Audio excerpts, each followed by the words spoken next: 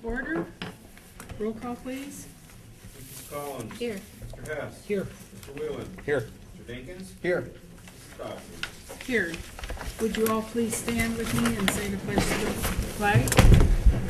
I pledge Allegiance to the flag of the United States of America and to the republic for which it stands, one nation, under God, indivisible, with liberty and justice for all.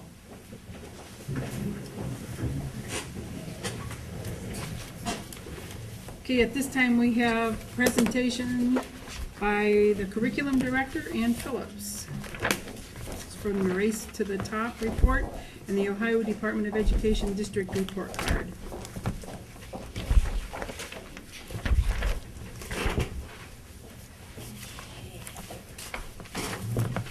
Thank you.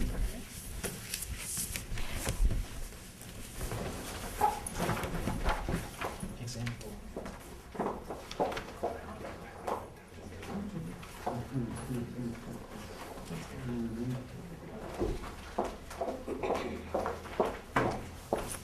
Okay.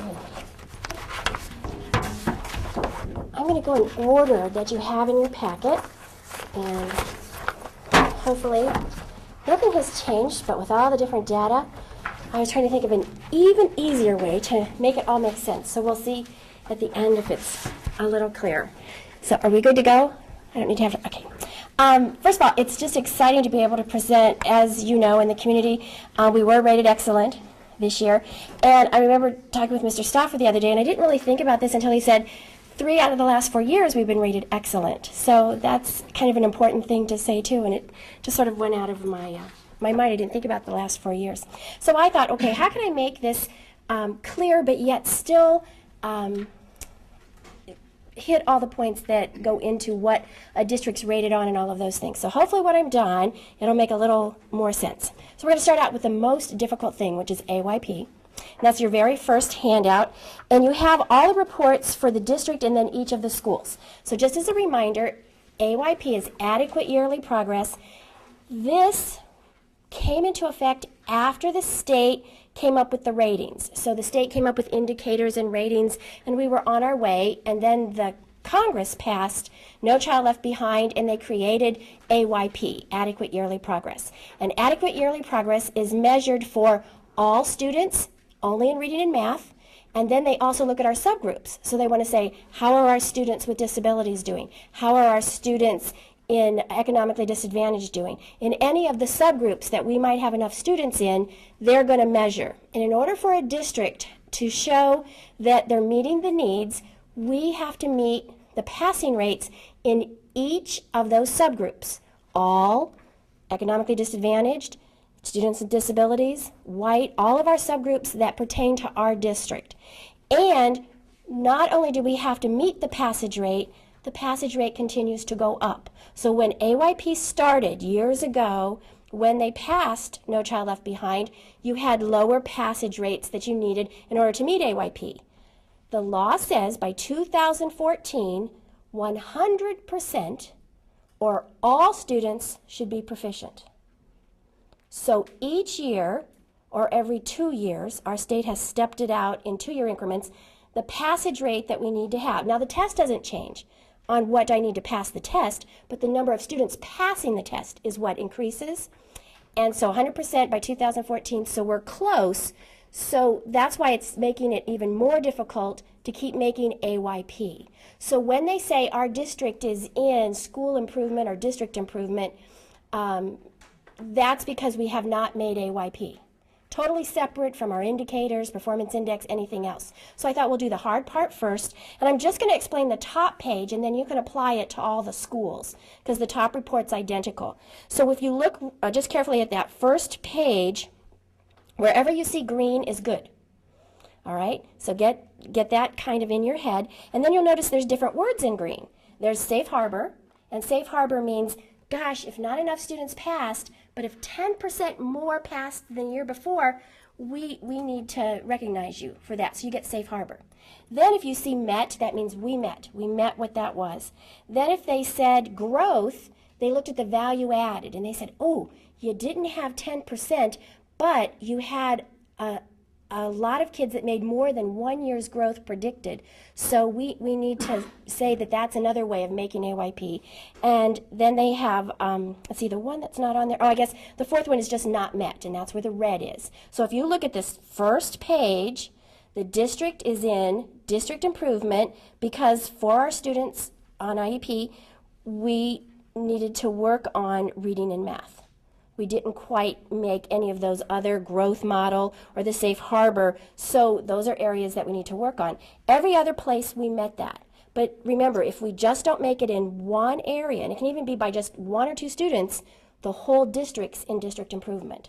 And so as I end towards the end of the presentation, I wanted to make sure that it was clear why our state said, hey, we also need to say there's a lot of other things going on in a district because you could be in district improvement, which is very serious, and we need to make sure we look at all that data. But at the same time, that doesn't mean that you aren't making tremendous kinds of progress with students. So that's by the end, that hopefully will be clearer. So if in your mind, think of No Child Left Behind and AYP, and that's what gives us our district improvement rating. So you can set that aside. That was the hardest part of the whole presentation. Okay? That it is in the state report card, or in our district report card, but it's not part of just what the state has said it wants to look at. So what I mean is the federal, the No Child Left Behind, says you have to look at AYP. The state looks at indicators and performance index and value added. The federal doesn't say you have to look at any of that to decide if a district's doing well or not. So the feds are saying you have to look at this, and then our state is saying we also want to look at other things in order to really give a true picture of what a district is doing. But this is not a separate standardized test that our students No, I'm sorry. It's the exact same tests. Yeah, with the exact OAA that 3 through 8 take and the OGT is the exact same testing data that all this is based on, not a separate test.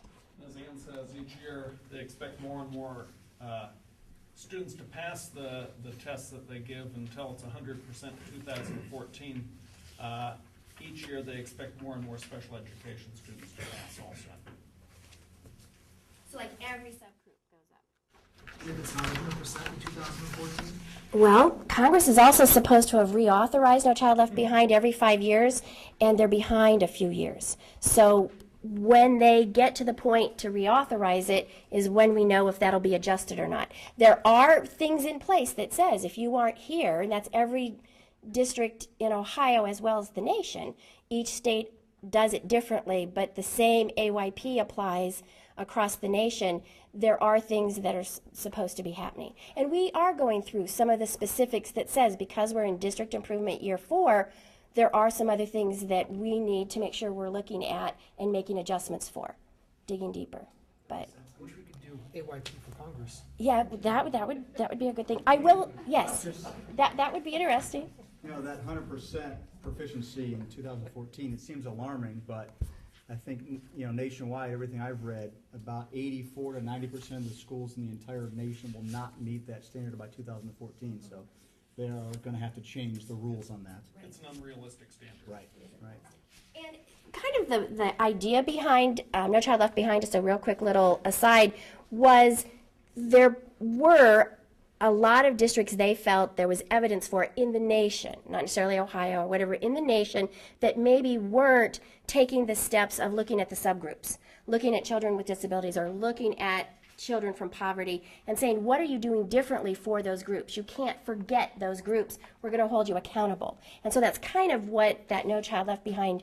They also agreed right after the first 5 years in Bush's second administration and along with Kennedy that they needed to look at it. They said there were flaws because what it did is, for example, you could have just a couple kids not pass and your whole district has that rating.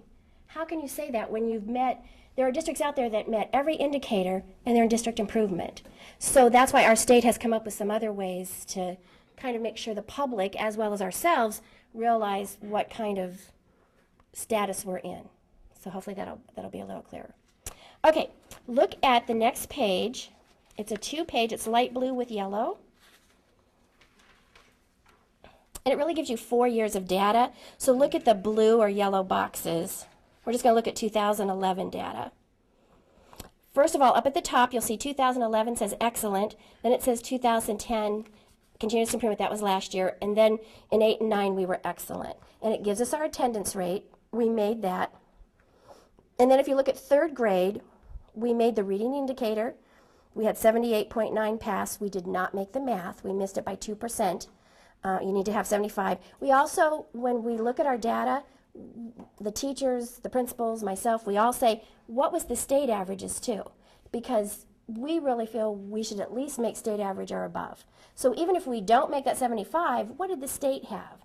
And we want to say, oh, at least, okay, that's an issue, and we still need to look at ourselves, but that's another thing that we also look at, so that's why that's in there. For Young and Roosevelt, I'm going to explain their little box, and then all the other boxes are the same.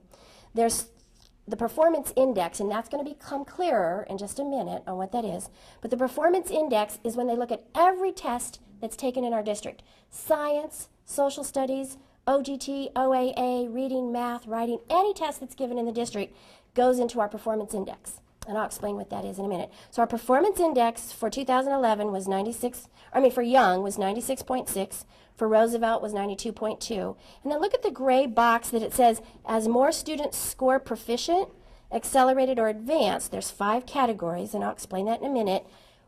The goal for a performance index is 120. That's what you want to get to. So think of it this way. If every kid in our district was at least proficient, we'd have a performance index of 100. As we have more kids advanced or accelerated, we might have 105. We might have 110, because you get extra points as you get more than proficient. So we're close to 100. We're in the 90s. And this is the first time, too, that I think we've had every building in the 90s.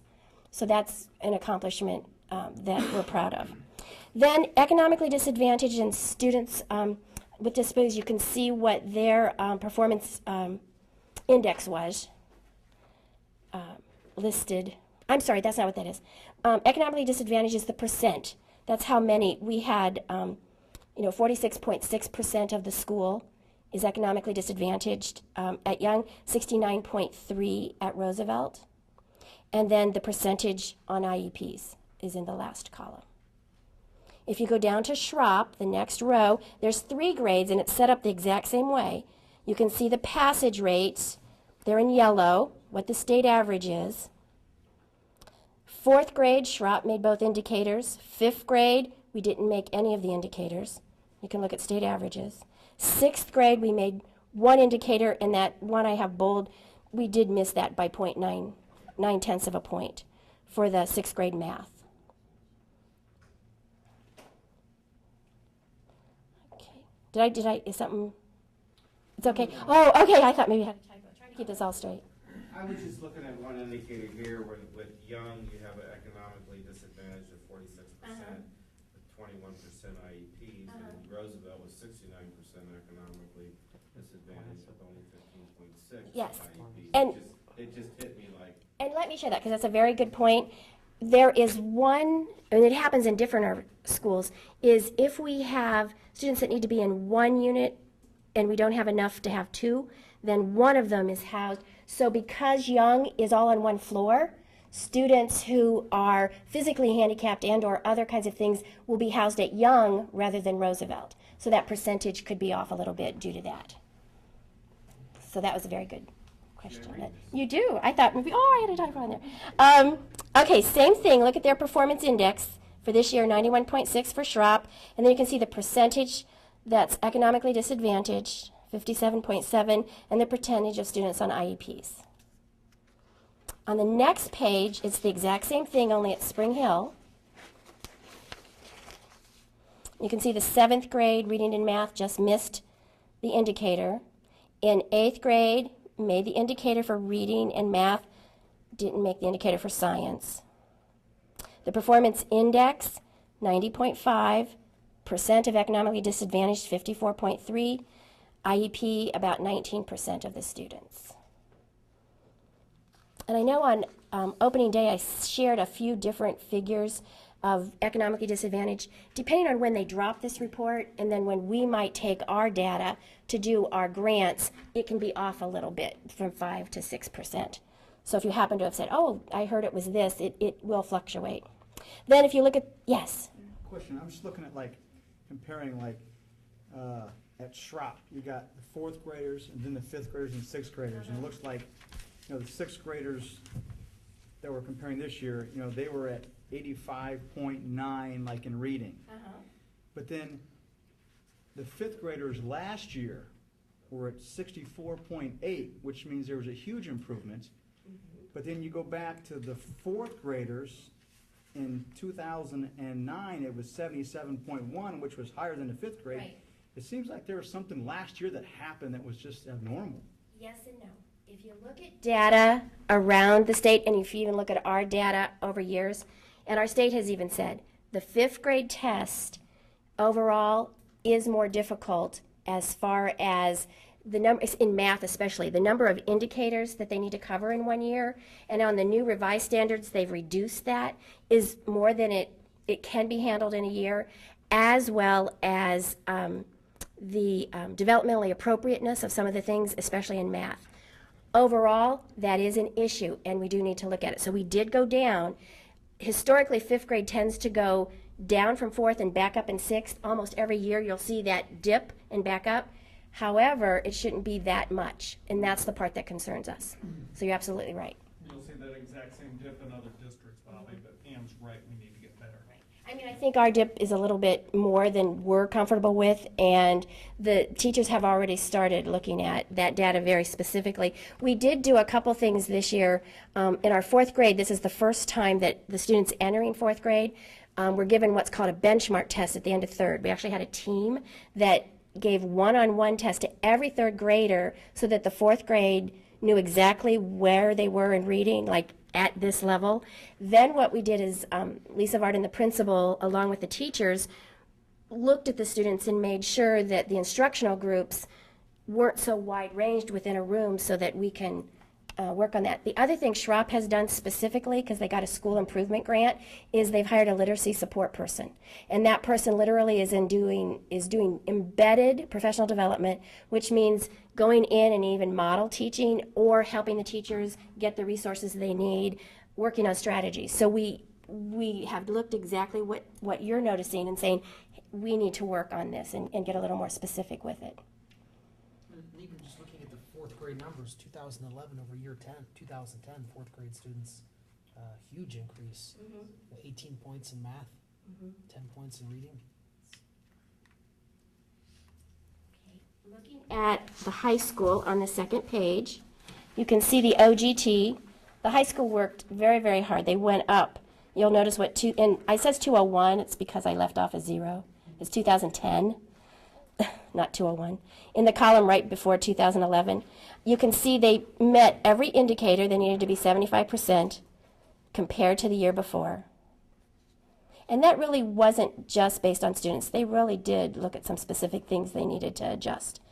And you always know that there's going to be fluctuations because students, you can have different levels of kids each year, but they really did work on some specifics and it showed off.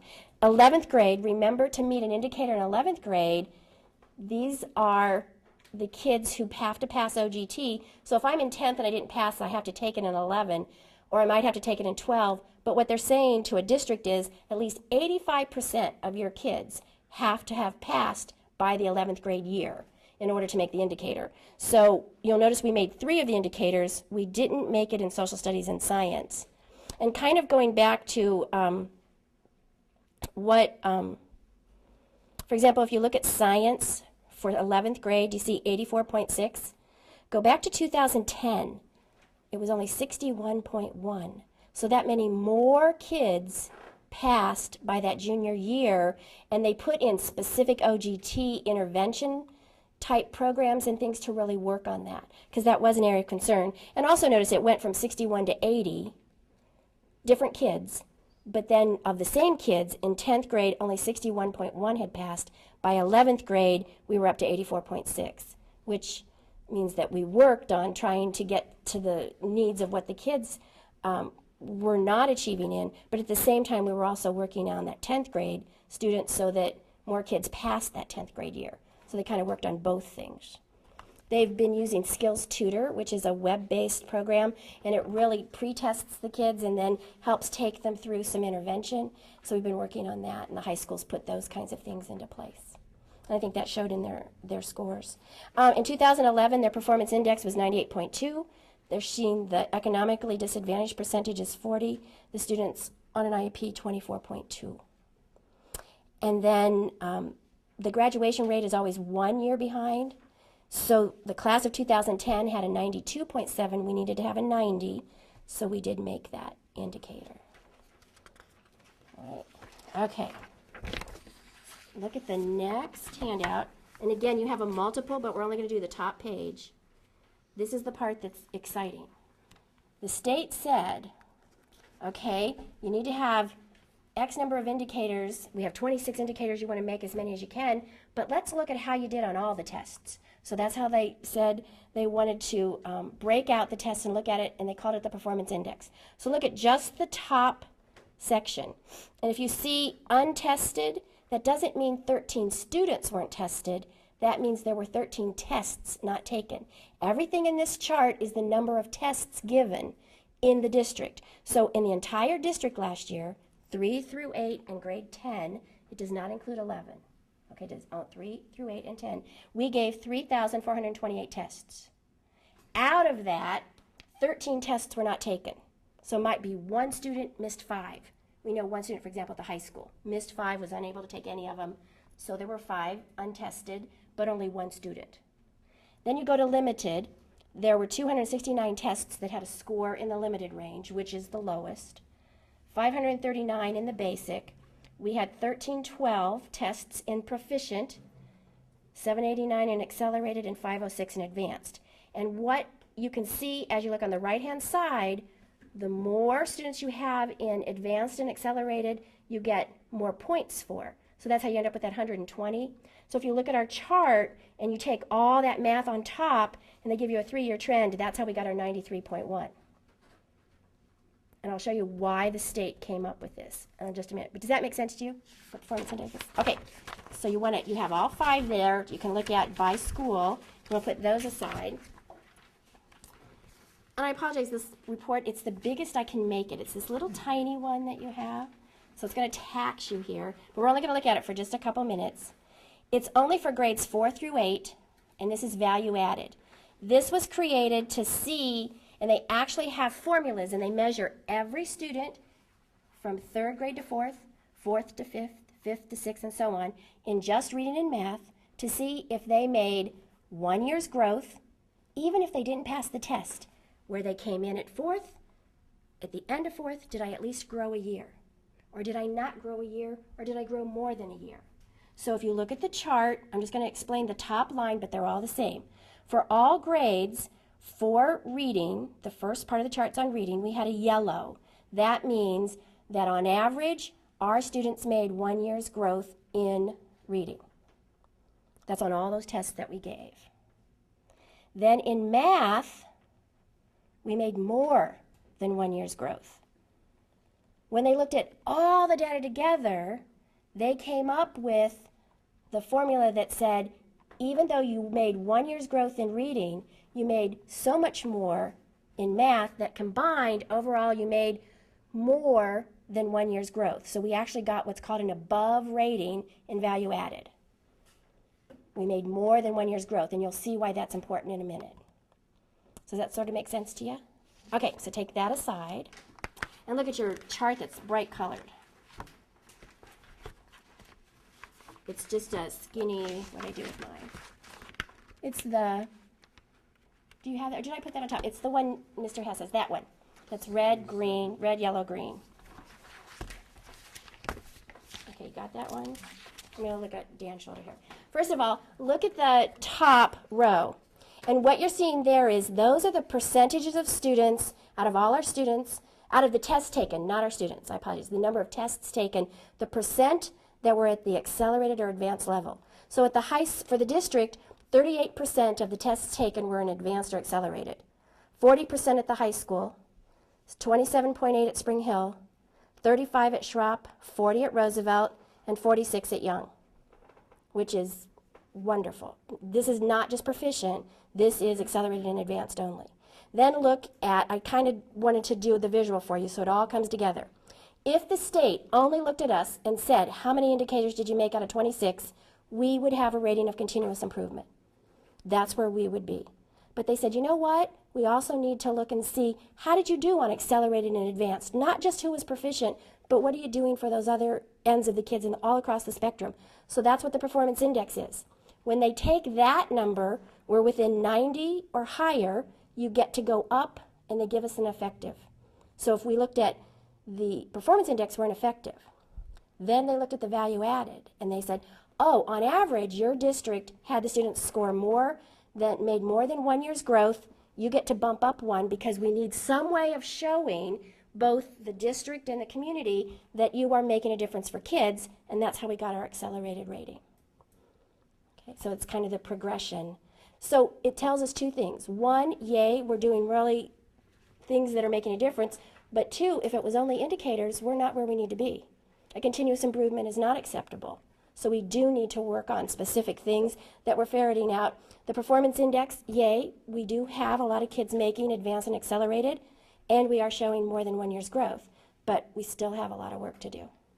So hopefully that all kind of comes together for you. So the schools that get the excellent with distinction rating and stuff, is that if we were to bump up our indicators, say we met 20 out of 26, then that's what could potentially bump us up into the excellent with distinction? And I don't have that right in front of me. I think it's in one of your report cards. I think you need to have a 25 or a 26 out of 26 to even be in that ballpark with excellent and distinction. I think it's on the chart. It's not in my head, but it's pretty high up there. But we could, you know, bump up, but we kind of need to have more indicators to get that. Right. Right. You're absolutely right. Not that all of these are really important, but the one in green at the bottom, I think, personally is the most important. The value added that our kids are making more than 1 year's worth of growth in a year's time, that's phenomenal. It is. So you're taking kids that come into that grade level wherever they happen to be, but they're making more than a year's growth. That is outstanding. There are very few districts around that actually got that indicator. And the other thing that also shows is we will never pass the indicators if our students who are not achieving don't make more than 1 year's growth. Because if I'm already underachieving and not making it, and I just keep making 1 year's growth, you never are going to have that passage rate. So that, like Mr. Stauffer said, that last one is what you almost have to do in order to help those students get to the point where we have more kids passing. Other questions? Go The only ahead. question I have is, we really do appreciate all the time. I know this is hours worth of work and all the work that everybody does. The only question is, and I'm not asking for like this tomorrow or just whenever, but it would be nice to see, we have the state average for 2011, but it would be nice to see the state averages for like 7, 8, 9, and 10. So if we see a drastic dip and the state average dips drastically, then we can see that it's a problem at the state level and the way the test is made up, the makeup of the test, rather than something that has been done, that's been changed here that wasn't effective or that needed to be reworked. So I think that'd be just nice to see. So, but no, we really appreciate all this, and it's very, very nice to see all this. So, thank you very much. You also have a copy of the district report card and all the building report cards in the back of your packet. All right? Thank you, Sam. You're welcome. If you turn around and look at the wall, you will notice that we have our newest excellent banner for the 2010-11 school year. We're getting a nice collection on the wall, and I hope that we add another one next year. Thanks. Yeah. Thank you. All right, at this time, we have the facilities presentation by Jack Fuller. I'm sorry. We would love to tell you what we're doing with the facilities. Hammering away. The colors will be beautiful. I'm sorry. That's okay. This is Denise Denzak, and my name is Mary Meadows, and we are here to report out as part of the transition team for the Race to the Top grant that we were awarded last year. Our Race to the Top team includes Wendy Bluey, Francine Paul, Megan Babcock, Lisa Hostler, Sean Morgan, Ann Phillips, Heather Phillips, Lucy Brown, Mr. Stauffer, Denise, and myself. And we just wanted to let you know where we're at with this grant and where we plan on spending the money that we received for it. Okay, and I'm going to report about two of the areas. One of the areas, Part B, is called Standards and Assessments, and it's also curriculum. And then Part D, which is called Great Teachers and Leaders, and it's also evaluation systems.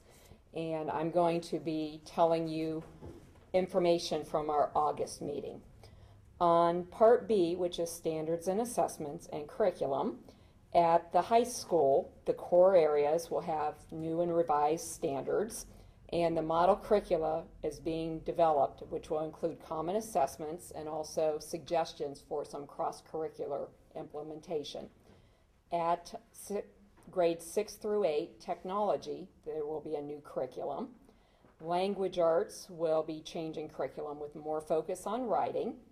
Science at grades K through 8, there's going to be a lot of big changes. I currently teach 5th grade science and social studies, and in the spring I was at the county office for a workshop all day to learn about science changes that are coming down the pike. Today I was at the county office all day to learn about social studies standards and the changes that we'll start phasing in with the standards in social studies. And some of the grant money that we receive will be used to provide hard copies, paper copies, of the curricula for the teachers. And then the other section I'm talking about is Part D, which is Great Teachers and Leaders, and that's the evaluation system also. And some of us have been reading the book that Mary is holding called A Grand Bargain, so that we can become familiar with a different type of compensation system. Bill Burkett, who's the president of SLAC, is investigating other school districts that are already using alternative evaluation systems. The principals are in the process of attending new principal evaluation training, OPES, Ohio Principal Evaluation System. And as of our August meeting, the ODE, Ohio Department of Education, had not produced any information yet about the new teacher evaluation system. So we're still waiting for that to come down the pike. So that's all I have to say. I'll be talking about how we're going to be using data to help drive our instruction. And the first thing that the teachers were introduced to was a website produced by the Ohio Department of Education called D3A2, which stands for Data-Driven Decisions for Academic Achievement. And this website is a wonderful website that it just gives us so much information. We can break down each question on the OAA test. We can go down to the standards that were taught. We can take it down to a single classroom so a teacher can see what their particular weakness is, so they know where they need to stress and where they need to build, maybe do professional development.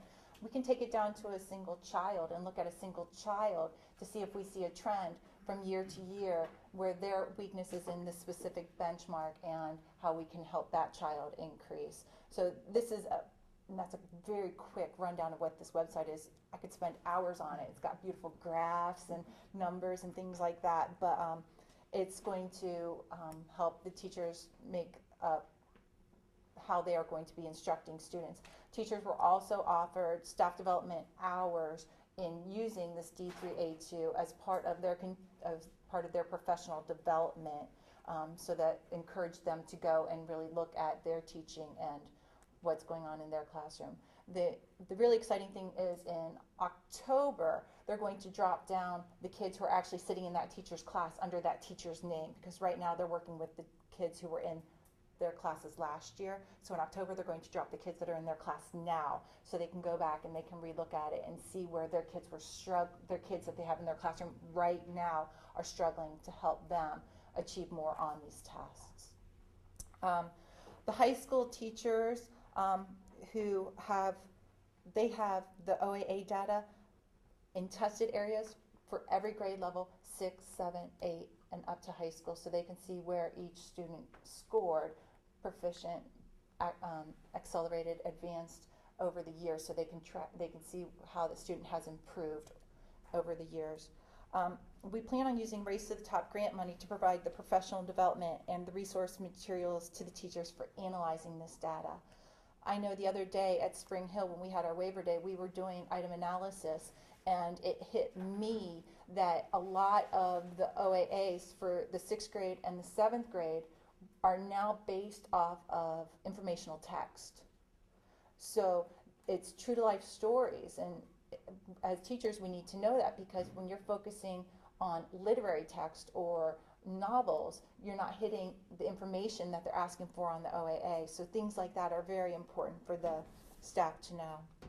And then finally, we have Great Teachers and Leaders, which deals with our special education population, because we know that we have a subgroup right there that we really need to bring up. And so we have started an initiative through State Support Team 8 is helping us with that, called the PEP team, and PEP stands for Participation, Engagement, and Progress, and that's basically getting our special education students into regular education classrooms with the support of the special education teacher being in that classroom also, so that the rigor comes up to a higher level to help those kids improve. I believe we have, 30 teachers attending next week? I'm not 100% sure, but I do know it's in 30. every single building. Is it 30? Something like Yeah, that. I believe Close it's to. 30. 28 to 30. Any questions on Race to the Top?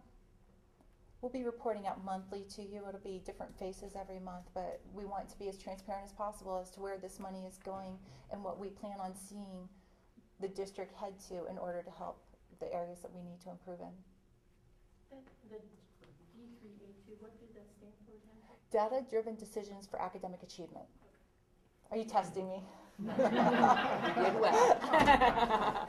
Thank you so much. Thank you. Thanks, everyone. Thank you.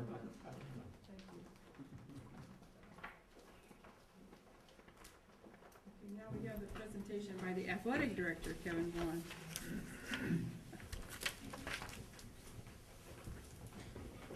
Good evening. Basically, this fall has gone pretty fast. You kind of base a lot around football, and it's already week 5, which is halfway through the season. We're getting to the point where golf is in their league tournaments this week. Girls just finished up today with their final tournament. Boys finish up tomorrow, and sectionals are next week. So it started, and in the blink of an eye, it's almost to the end. So, but a little bit about every sport as we go through the fall, and some of the things that are going on within each program is why I'm here tonight, and just to keep you updated with some of the positive things that are going on with athletics. So, cross country team this season, we feel one of the things going into the season, Coach Reed and myself, we wanted to up the level of participation and competition for our cross country team. So the way we did that was to involve our runners in multiple invitationals. So we are involved in quite a bit of invitationals throughout the year, and some of those include the Dick Malloy Invitational at Hoban High School. We are in the Billy Goat Invitational at McDonald High School, East Canton Invitational, the Marlington Invitational, the Dover Invitational, the Woodridge Invitational is coming up October 1st, and we have the Tusky Valley Invitational, which is coming up October 8th. So very involved, getting a lot of running in against a lot of good competition, and with the up the level of competition, the teams have responded adequately, and they have improved personal records throughout the team. So they've done an outstanding job. I guess dates to look forward to for the tournament besides those other 2 invitationals. Saturday, October 15th, they'll run at Wingfoot Lake for the Portage Trail Conference Finals, and that's a 10 a.m. start. Football, I guess overall, we feel we've been pretty competitive, except for maybe 1 week, and we bounced back strong from that this weekend and had our first victory over at Norton. So it was an exciting time for Springfield, and not only did the varsity win, we also had that weekend start off with our 8th grade having their first win of the season, and the freshmen and JV both played very competitively. They didn't come up with the win, but great performances from all the young men, and it was an exciting weekend for the football team. Some of the things that revolve around football, I think, is October 7th, we have our homecoming game, date to remember, and obviously on the 8th, we have our homecoming dance. And before that game, on Thursday, October 6th, the athletic department, cheerleaders, band, and captains / seniors from all of the fall athletic programs will be conducting a traveling pep assembly throughout the district. We'll go to every school, just something to get the kids out of school for a little bit today, for the day, for their participation. We have a lot of support from all the principals, and the big thing is to gain Springfield spirit, throughout the entire district. And all the kids are real excited about that. I think they have some dances and things like that they've been working on, so it should be good for all the schools that are participating. Moving on to boys golf, they've had a pretty good year so far. They shot a round of 160, which Coach Morgan wants to kind of go back and see if that competes with maybe one of the top scores in school history. So we're kind of going through the records and seeing what we can find throughout all the files, and so we're in the process of going through that. But they've been in a couple invitationals where they've competed highly. They were in the Roostown Invitational where they were 5th out of 17, and they were in the Windmill Lakes Classic, which is a Ravenna ran tournament, and they were 5th out of 17 there as well. And tomorrow, like I said, they have the PTC tournament. It's at Sable Creek with an 8:30 start time, right out there in Hartville. And then next week we have the Division I sectionals, October 4th at Seven Hills Golf Course in Hartville, and that's at 8 a.m. And if things go well tomorrow, we're looking to have Chris Schanenberger, as long as he finishes in the tournament, possibly be awarded first team Portage Trail Conference as far as recognition goes. So good luck to Chris and the Spartans tomorrow. Girls golf finished up today with their Greater Akron Girls Golf League tournament, and they finished 5th out of 8th, which Coach Zabuco is real happy with. They field a lot of young girls out there, some girls that haven't even golfed before. So there's been improvement throughout, and we had one girl, junior Kara Hathaway, who was nominated and received first team recognition for Greater Akron Girls Golf League. So great job for Kara and the girls golf team. Date to remember for girls golf, the Division II sectionals are next Tuesday, September 27th at Brookledge Golf Course, and that starts at 9 a.m. Soccer, kind of like girls golf, they've posted a couple wins, and Coach Mattioli, who's been around Springfield coaching for, I think this is his 13th year, he's real excited with those couple of wins that he does have at this point in the season, because he's fielding a very, very young program. I think he has 9 freshmen on the varsity team, and there's only about 17 kids overall. So doing a pretty good job. Kids are playing hard, and they can keep their heads up with the way that they're playing out there. So soccer is moving right along. Volleyball. One thing that I think we want to note for a date to remember is they're doing their 4th annual, it's their 4th consecutive Volley for the Cure game. And that's scheduled to be played next Tuesday, which is the 27th of September. And we're going to be playing Norton. And Norton also participates in that Volley for the Cure. And basically, Volley for the Cure is a match in the regular season where the girls sell T-shirts. They have bake sales, and the athletic department actually takes all the proceeds from the gate receipt, and that money is then donated to the Susan G. Coleman Volley for the Cure Foundation that goes towards research for breast cancer. So it's a very important organization that these girls feel that they want to donate to, and I think it's a great job that they're getting involved and helping out a greater cause.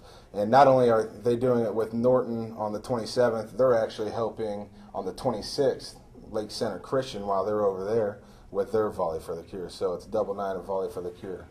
And one thing I think positive about volleyball right now is the fact that overall our participation across the board, numbers-wise, is roughly the same. I think we had around 108 last year. We're at like 105 this year. But the athletes have been distributed differently, and with the different distribution, we've had more participation. So we've added a freshman volleyball team this season. We've added a JV golf team this season, which we didn't have.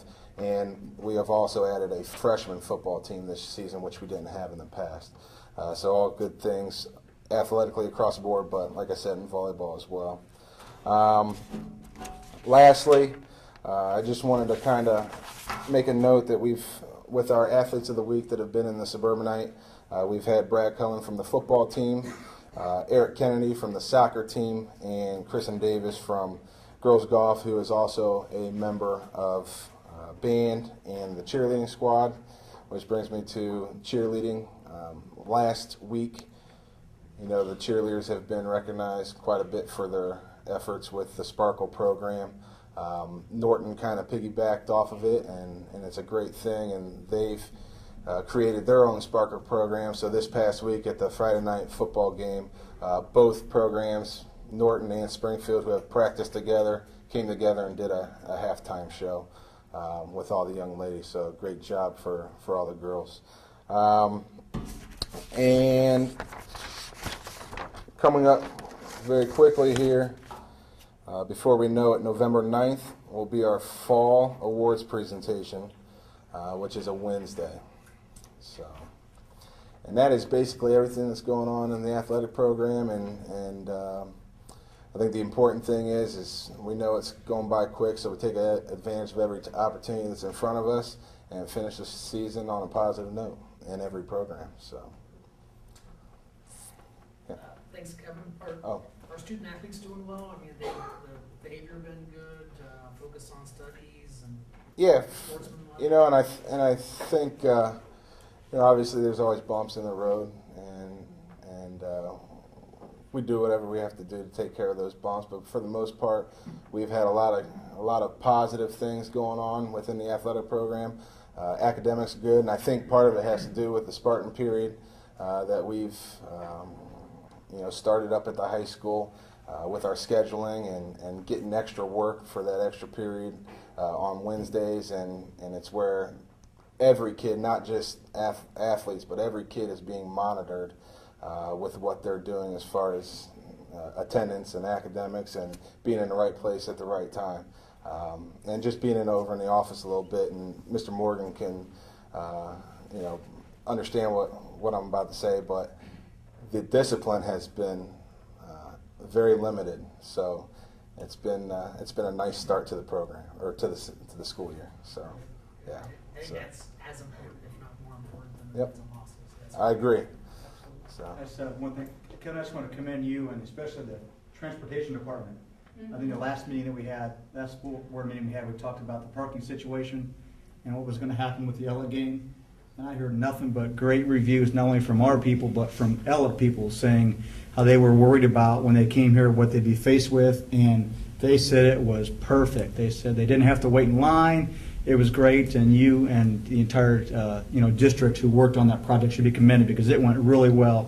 And it really presented Springfield in a good light to our rivals just down the road. So great job. Appreciate it. And like you said, it was a team effort. I actually rode the bus on the Alec game, and for student was, they were there, they were attentive, everything worked like you said it would. Again, Bobby said it. Great job. I heard real positive things that a couple people that I graduated with, and they came and they said it just worked out wonderful. They were very pleased. Thank you. So. Well, I guess the only bad thing about that night was we didn't get the shoe back, but Yeah, and you had to I had to go over and present it, and I tell you, Elliot welcomed me, and it was kind of like a love-hate type thing. It was very hard, but both schools played hard. Great job. It was a fair fight, and there was a lot of sportsmanship, which you noted too earlier, and we're real excited to get back on track for next year. And obviously, after that game, we leave it behind us, and we have 9 other games to play for. So. Now what we have to hear in basketball season is, Is we have the shoe, we have the shoe. Yeah. Well, any other questions? Thank you, Kevin. Thank you very much. Thanks. Thank you. Heading out to soccer. Okay.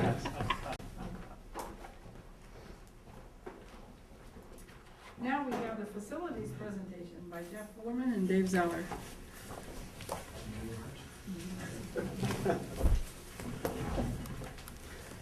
Well, good evening. As you know, we took bids last week on the new 712 building, and this bid event was really the largest of the bid events that we'll have. This was for pretty much the majority of the building, including the structure and all the systems inside the building. We bid on bid packages 4 through 12 plus a combination bid. Our advertised estimate that we had published was $25,503,100, and the apparent low on all those the aggregate of all the apparent low bids was $25,584,818, which happens to be 0.32% higher than what the published estimate was. So based on the published estimate and the aggregate of bids, just want to make sure the board understands that we are in a position to be able to make award on those packages. Right now we are going through our scope reviews, and we have some things that I do want to share with you regarding our scope reviews and where we are in the process with the different bid packages. Kind of want to go through different bid packages with you and just give you a highlight of how many bids we had on each package so that you understand kind of what the dynamic is here. Bid package number 4 is our general trades package, and we had 6 bidders on that, so we had pretty good coverage on that package. I was pretty pleased with that. Bid package number 5 is our masonry package, and we had 3 bids on that. Wasn't overly excited about only getting 3 bids, but certainly was glad to see that we had 3 on that package. Bid package number 6 was structural steel. We didn't receive any bids on the structural steel package. Kind of really disappointed in that. We didn't receive any bids on that one. Bid package number 7 was our roofing package, and we only received 1 bid on the roofing package. To kind of help with that building structure, if you will, we also took what we call a combination bid package for bidders to be allowed to bid on all 4 packages with 1 number. The combination bids that we received, we had 3 bids submitted for the combination bid. Mike Coates Construction Company was the apparent low bidder on the combination package. And we've talked with Mike Coates Construction, and we know that they do have the scope of work covered. We're still going through what we call the responsible bidder process. We're not yet ready to make recommendation, but it appears right now that they do have everything, all the bases covered. We still have some more homework to do on that. Bid package number 8 was the food service contract. We had 3 bidders on the food service contract, and we have met with that apparent low bidder, and all bases are covered with that apparent low bidder. Here again, we still have some more work to do as we get ready to make a recommendation for that package. Bid package number 9 is the fire protection contract. Once again, we have 3 bidders on the fire protection contract. We've met with that apparent low bidder, who is S.A. Communal Company. They have the scope of work covered, and once again, we're just finishing up final things that we have to do before we're ready to move forward. Bid package number 10 was the plumbing contract. We had 6 plumbing bidders. We were very pleased to see that turnout from the plumbers. The apparent low bidder on the plumbing bids was the Conti Corporation. We have met with the Conti Corporation. They do have the scope of work covered for the plumbing contract. Here again, we're in the final things that we have to do before we're ready to make a recommendation on that contract. On the HVAC contract, we had 6 bids. Synergy LLC was the apparent low bidder. However, we have met with Synergy LLC, and we do have some concerns about that company. Synergy LLC has been in business for a year. They've been awarded 15 contracts, Of the 15 contracts they've been awarded, only 4 of them are as a prime contractor. On this project, they would be a prime contractor. Of the 4 prime contracts they've been awarded, the largest one that they've been awarded is $699,550. Their bid was $3,770,000. So the largest prime contract this contractor has been awarded to date is about 20% of the value of what this project is for the HVAC work. Their second largest prime contract is $538,000. The other 2 prime contracts, one is for $27,290, and the other one is for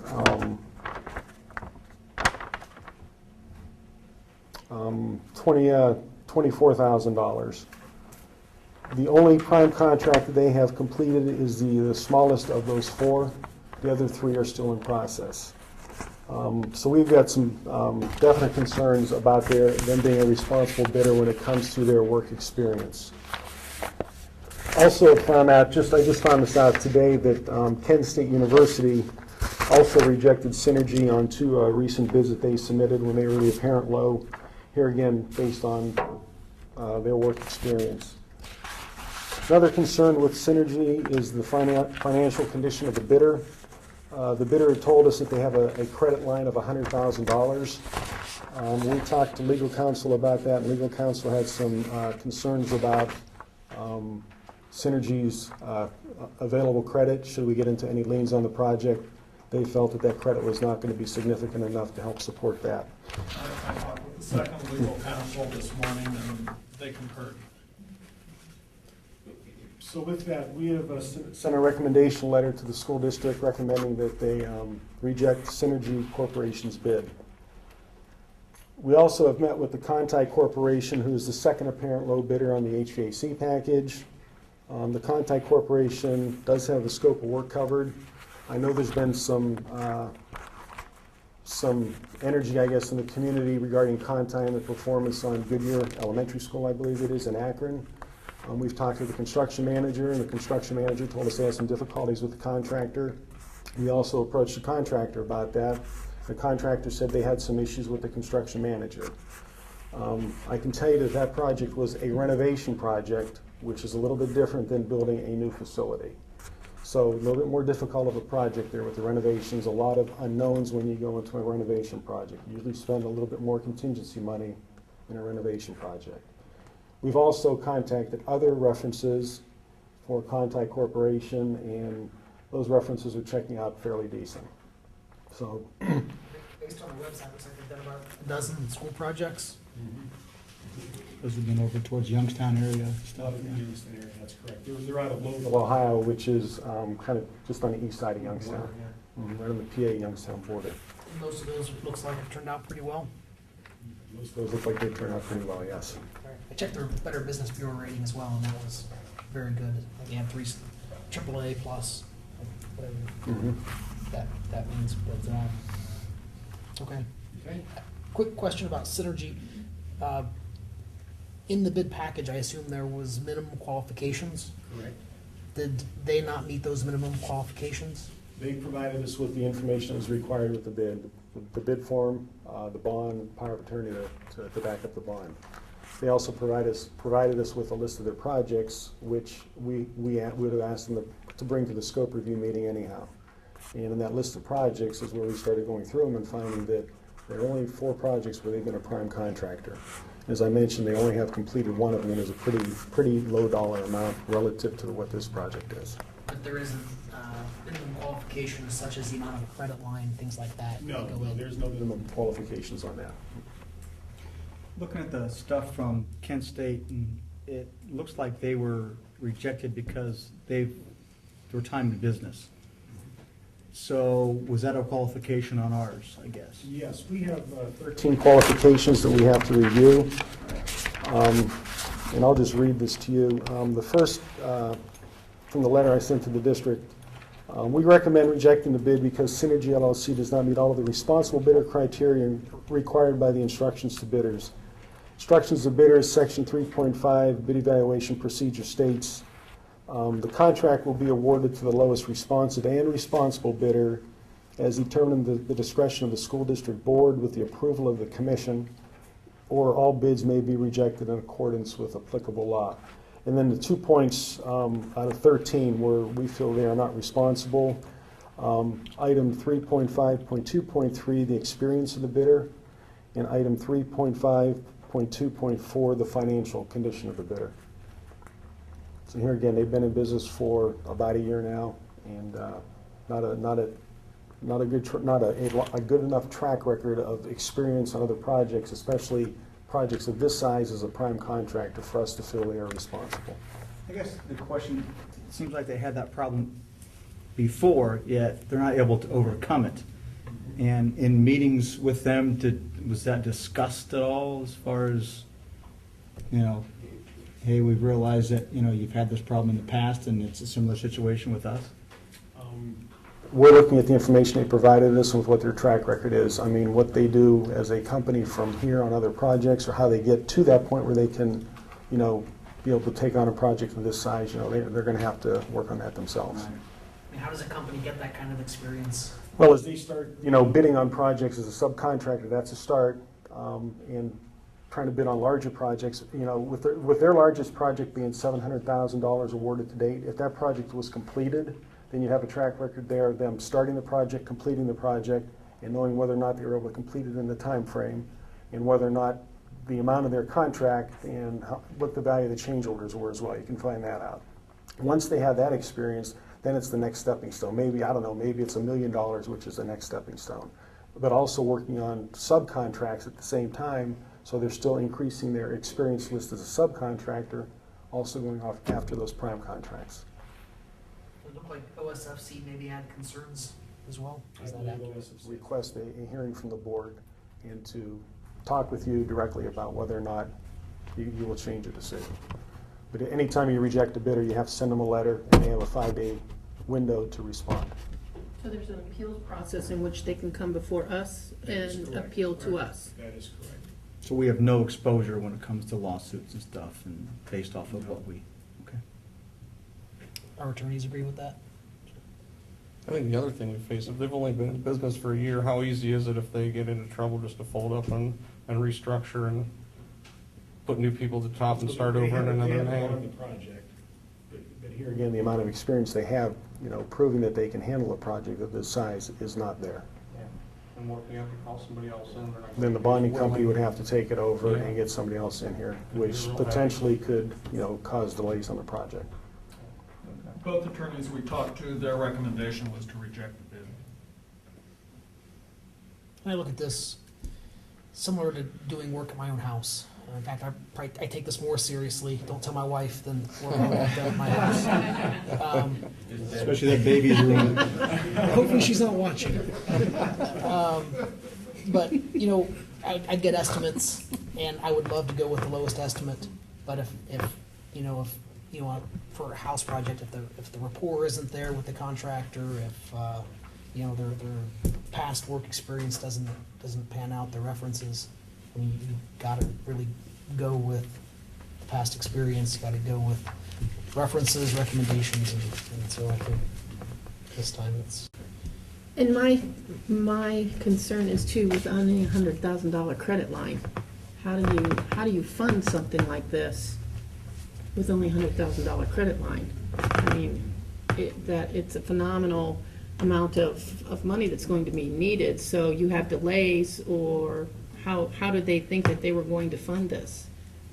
So that's my other question. I know the legal counsel had, their biggest concern on the credit line was, should they get into some trouble with some mechanic liens on the project, some of the other subcontractors either on this project or other projects leaning them, how are they going to be able to pay that lien before they run out of money pretty quickly? Being at Portage Lakes and seeing the medical wing that was just added, and that's a tiny project compared to this. And even on a project like this, I mean, there are disagreements among contractors, and we saw a small disagreement there. So it is something that can happen, even though it's a real part of construction. Oh yes. Jeff, you mentioned earlier about we're about 0.32% higher than our published estimate based on the low bids. Correct. is this number you gave us factor in Synergy not being part of the bid package? No, that number is all the apparent lows, which Synergy was an apparent low. So this number would go higher then? That number would go higher. The difference between Synergy's bid and the Conti Corporation's bid is $86,000. That would put us at $170,000 over then the estimate, which still puts us within the parameters of going through with. Still puts us within those parameters. The Ohio Revised Code allows you to award up to 10% over the advertised estimate. So we got a large window if we had to, you know, the question becomes whether or not the district can afford to go that high. Right. It's a pretty large threshold. Okay? Structural steel, or, since there's no bid, then what happens? Well, the structural steel was part of that combination package. So when the bidders submitted a bid for the combination package, they were submitting on all 4 of those packages. Okay. And on their bid form, they had to give us what the numbers were for each of the packages. But the total amount of those 4 packages is the amount of their contract. All right. Okay. It's kind of interesting with the structural steel.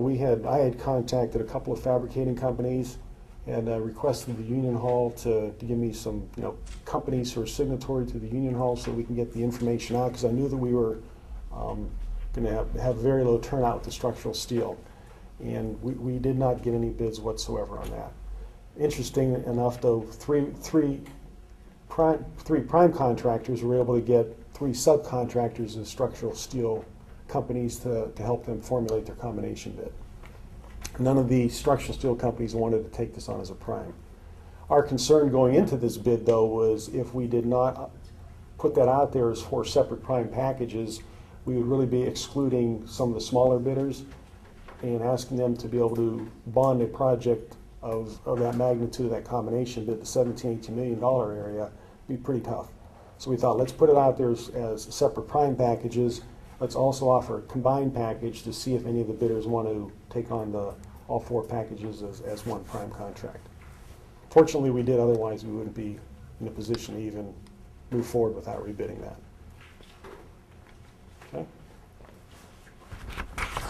Okay, the last package is our electrical package. We had 1 bid on the electrical package from Thompson Electric Company. We have met with them, and they do have the scope of work covered. Their number is significantly higher than what we published as a bid estimate. I know that is a concern. However, I do have some concerns if the board chooses not to, to not award this contract when we say we're ready to award, obviously. I can tell you that I had talked to the Building Trades Council President, Pat Darrow, on 2 occasions.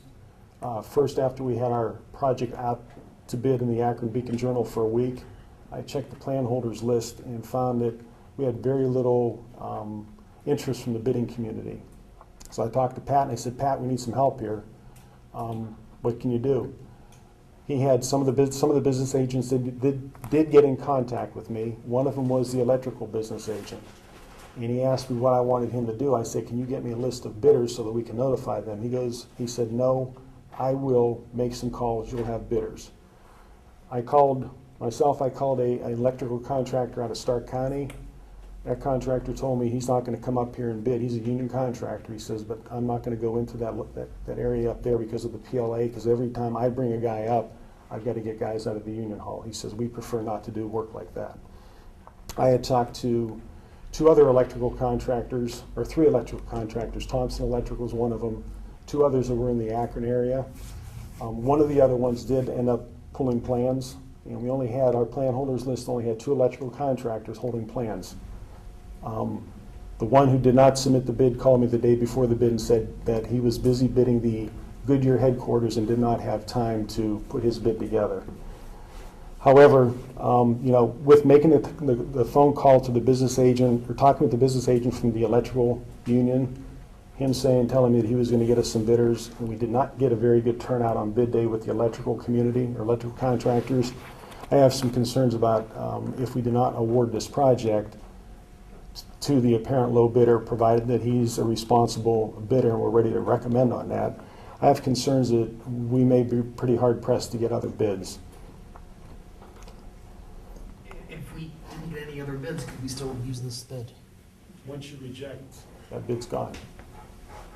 That bidder would have the same opportunity to come back to you and request an appeal, just like the HVAC bidder would have if you do reject the HVAC bid.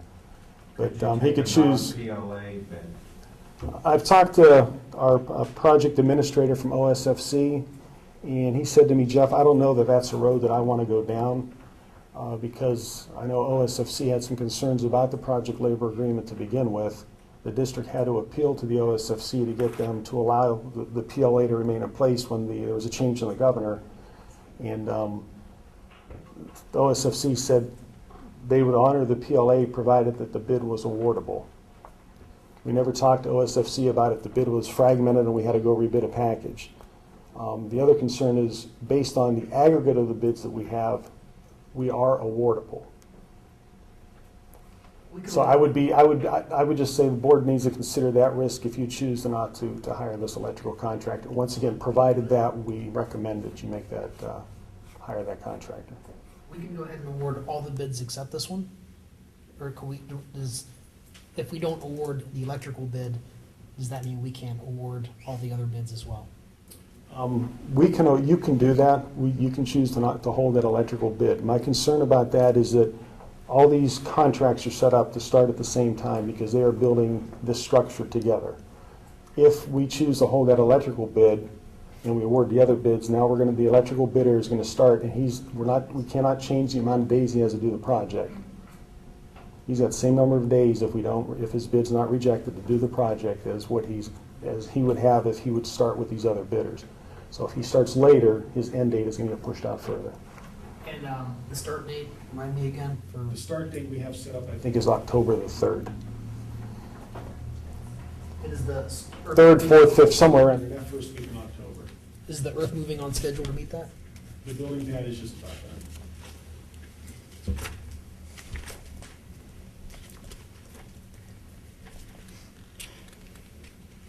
If we reject the electrical bid, is there a possibility, because the Goodyear bid is almost done, basically, isn't it, that we might get other bidders that did not get the bid? There's a possibility you might, there's a possibility you may not.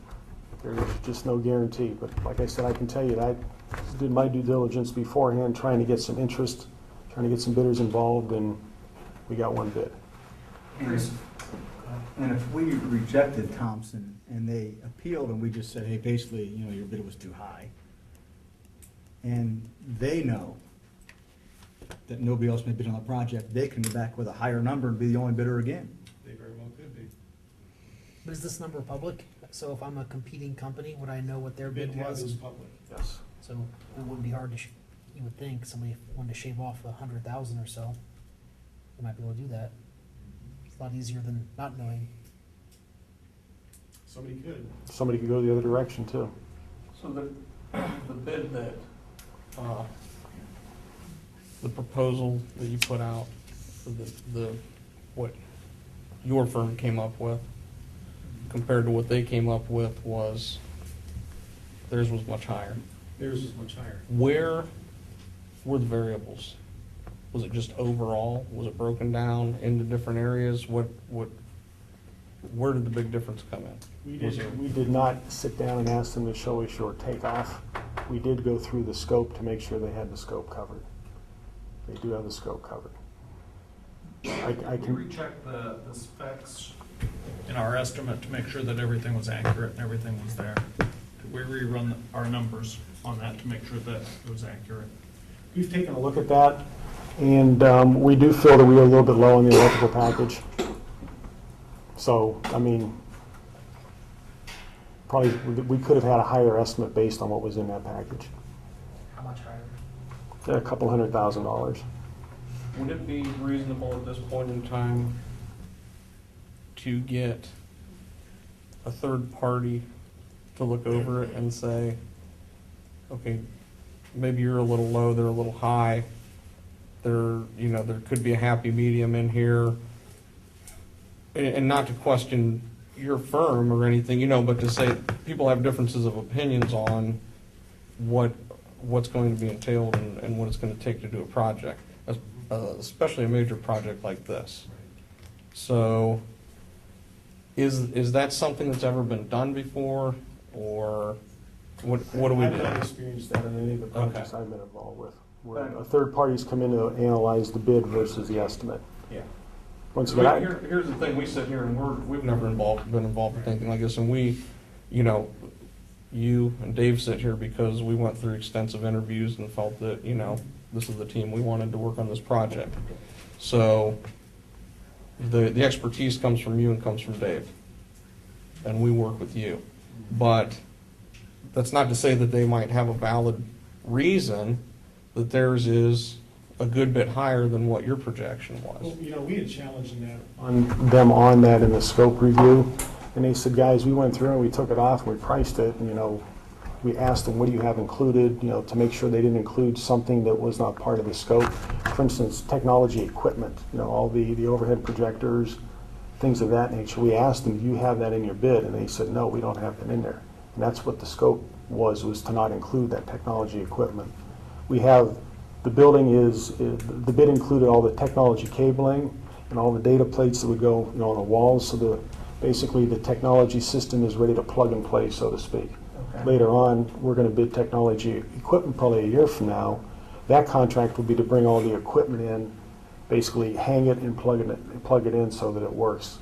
Rather than bidding all the cabling and all the data plates later on, we feel it's better to do that in the electrical package because of all the work that has to go on above the ceiling, the work that has to go on the walls. We can get all that stuff done before we start putting ceilings in.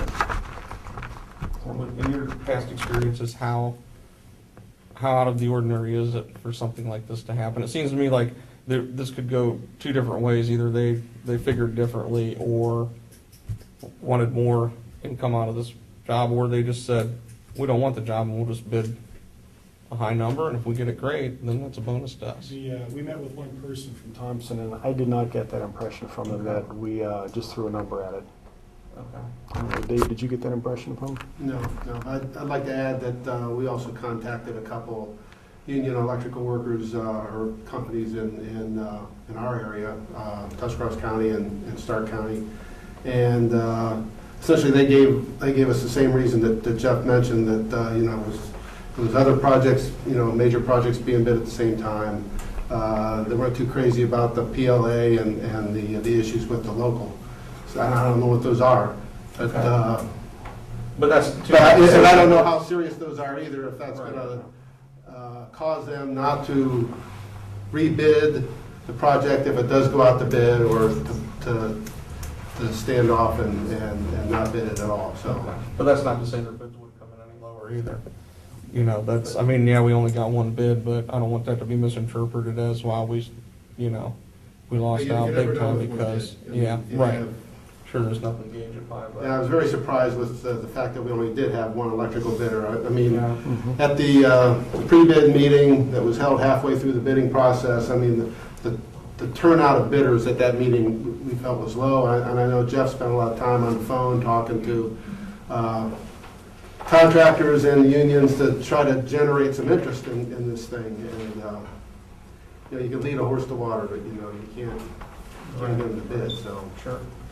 Jeff, you said that their bid was substantially higher, but you're figuring maybe the estimate was low.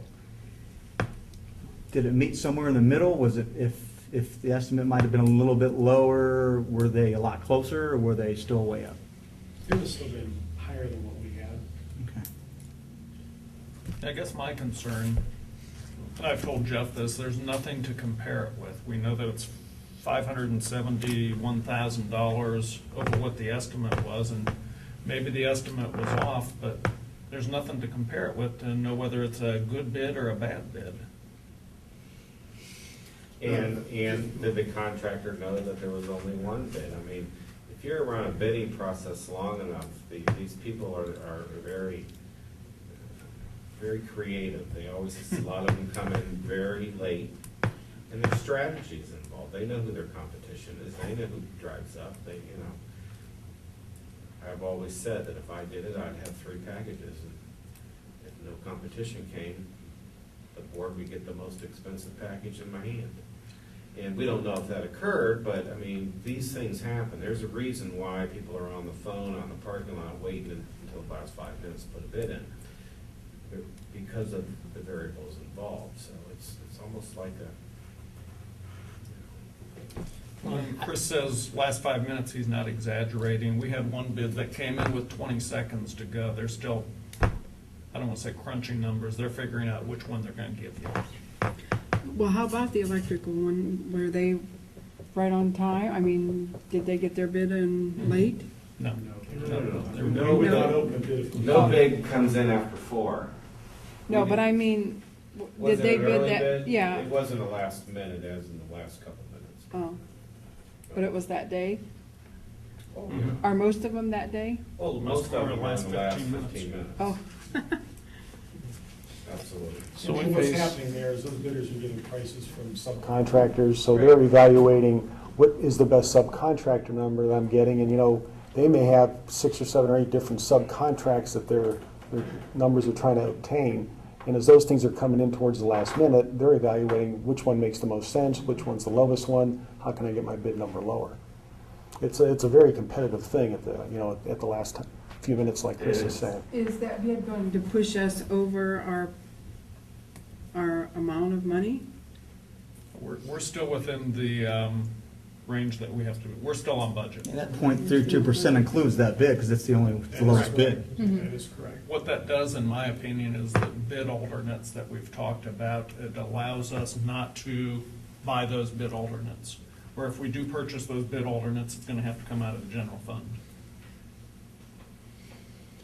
And from a starting standpoint, do the electricians need to start at the same time? I guess there's a couple of schools of thought on that. In my opinion, I would like to have the electrician start at the same time. Electrician has items that have to be submitted. Some of it's equipment that goes in later on. Electrician has underground work that has to happen. The electrician is involved in the coordination drawing process. So, if they're starting later, there's things they're going to have to get caught up on. So it's a true statement that a good bit of their equipment goes in later, but there are things on the front end here that they also need to do. One other item that's in their contract is the bus heaters the heaters for the buses need to have the electrical work set up. That is in the electrical package, and it's to be installed within 14 days of notice to proceed. There's some concerns about when it starts getting colder, buses need some help to get started with by plugging in. If this contract was rejected, that's something that the district would have to go pursue and get a couple of electrical contractor prices and get that stuff going right away. It's probably about we've got that estimated as about a $30,000 amount of work. So. Could that be paid for out of permanent improvement? Mm-hmm. And then if we had to push all construction work back to accommodate this, say we did reject this bid and we go back out to bid again, what's the soonest that we could be back on schedule? How big of a delay if everything's pushed back? We probably have to allow the electrical contractors, another month? To bid, I would imagine. Probably a month on the electrical, but everybody else can start. We could start the other ones. Temporary power is, That's April next year. I think it's milestone, March or April next year. Do you need an answer tonight? I would prefer We get an answer tonight so that we can continue moving this construction train down the track, because August of 2013, we're gonna be here before we know it. I don't have it on the addendum, but I have a resolution ready if you want to move in that direction to reject that bid. I have the resolution for that. And your recommendation again, Bill? I'm definitely leaning towards rejecting it. There's pros and cons, and it's definitely a gamble. If you reject, there's the gamble, like Jeff said, that you're not going to get a lower bid. It definitely puts the project behind a little bit, but $570,000 is a lot of money. If I may, just keep in mind too, there's the gamble on the project labor agreement. If your co-owner comes back and says the project labor agreement has to go away, and they haven't said that directly, but they've mentioned that that's a path they didn't think we ought to go down. If they come back and say the project labor agreement needs to go away, we need to rebid the whole project. At the end of the day, we have a beautiful, brand-new building. Jeff and I disagree on this one part of it. I can live going either way because the end product is great and we're still gonna be on budget. If we can save a few bucks, I'm all for that too then. Is there a way to find out the answer, or we just don't want to ask it? The way the project administrator from OSFC, he said, I wouldn't go down that road. That's all he said. Now, he's the first line that we talked to. Obviously, if you want to go beyond that, you can do that. You can choose not to take any action on this one. I mean, we really have we're not asking you to take any action, we're just informing you of where we are with it. So you can't instill the project labor agreement on all the disciplines except one. If the local trades elected not to bid on the electrical, we would have to continue to honor, I mean, we wouldn't have the opportunity to open it up to all shops, because we opened it up to the union shops, and they chose not to bid, correct? Correct.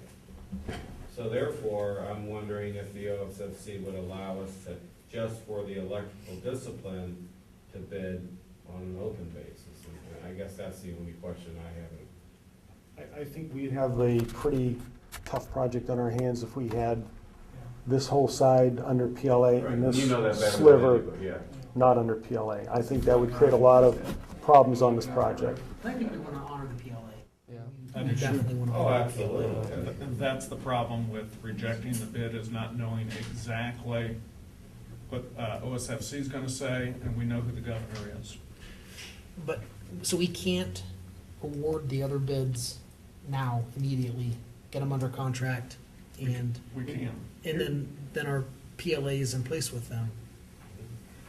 Here's our process. OSFC, once we are in position to know who we are going to recommend, and if we find no other issues this week from any of the apparent lows that we have, our next step will be to notify the OSFC Quality Contracting Group of who we're going to recommend to the board.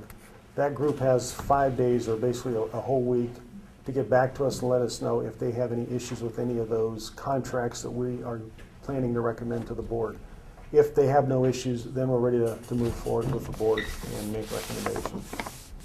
So we're probably about a week and a half right now. If we move forward with who we have right now, we're probably about a week and a half away from being ready to approach you and ask for you to award contracts. Can we approach them, give them everybody except the electrical, and say we're still evaluating this? I would have to disclose to them why we are evaluating and what the ramifications are of that, and to find out about that PLA. We would have to do that. I couldn't recommend these under the PLA and hold this one back. Couldn't do that. Even if they still have their chance to come in and dispute to us. And I apologize, you're right, there's a 5-day window for the HVAC. I'm on the electrical contract. Let's go back to the HVAC contract. They have a 5-day window to come back and dispute. So basically, we can't do anything until that 5 days expire. So we can't present anything that was. No, we need to wait for that 5 days to expire. I'm sorry, I forgot about that, okay? Once that 5-day time frame expires, if we haven't heard from Synergy, then we can go ahead and make let OSFC know who we're going to recommend. We will be in position to make that recommendation at the end of that 5-day period.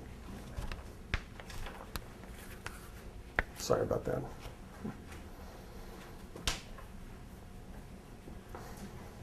Any thoughts, Bobby? It just seems like there's too many questions still out there. Yeah, Jeff, would it I be, mean, I'm not, yeah, would it be okay to hold off on a decision and let us get our thoughts together before we make a decision tonight on at least the electrical? If that's what the board needs to do, that's your decision. If you need some more time. Well, I would like to have a decision, but if you need time, you need time. I tend to agree with what you just said. Would it be possible Thursday to get back together, maybe, do some more research? It just seems like a lot to digest in one night, and make a decision. What's today? Today's Tuesday. Tuesday, what's that, 48 hours? Yeah, we run into that 48-hour problem. We wouldn't be able to do it until tomorrow. Oh, that's right, the We have to notification. wait Next 5 Tuesday. days, is that correct? We have to wait 5 days in. Is that correct? If you issue the rejection letter, if you For reject Synergy, you have to wait 5 days for them. Correct. 5 days. So if we waited and then did it early next week and approved the contracts, it wouldn't change from approving it tonight. Is that correct?